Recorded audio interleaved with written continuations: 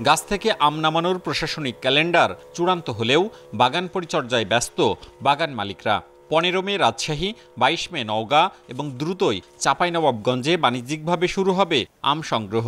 প্রথমে গুটি এবং 15 দিন পর থেকে মিলবে পুষ্ট, পোক্ত, সুস্বাদু জাতের রসালো আম।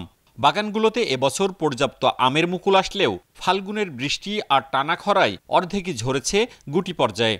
রোগবালাই, পোকামাকড়ে কম আক্রমণ এবং পরিমাণে কম হলেও আকারে আম বড় হওয়ায় লাভের আশা বাগান মালিকদের।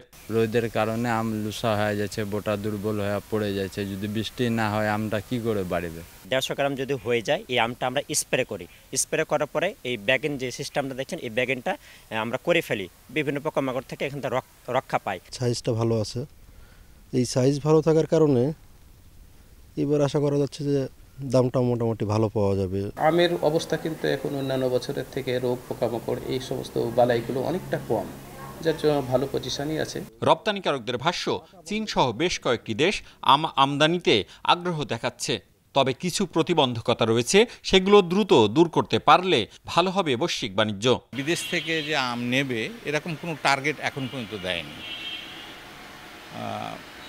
যেহেতু দেশেও একটু অস্থিতিশীল অবস্থায়, এটা একটু গোছাতে হবে, সময় লাগছে। তারপরে শোনা যাচ্ছে বা ইনফরমেশন আসছে চীন আম নিবে।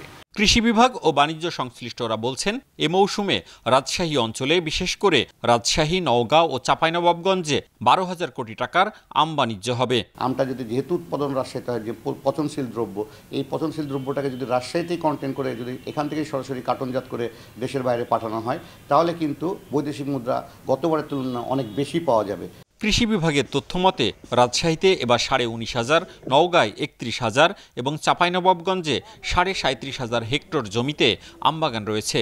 উৎপাদন লক্ষ্যমাত্রা রাজশাহীতে 2,60,000, নওগাঁয় 3,80,000 ও চাঁপাইনবাবগঞ্জে 3,86,000 মেট্রিক টন। মওদুদ রানা, সময় সংবাদ, রাজশাহী।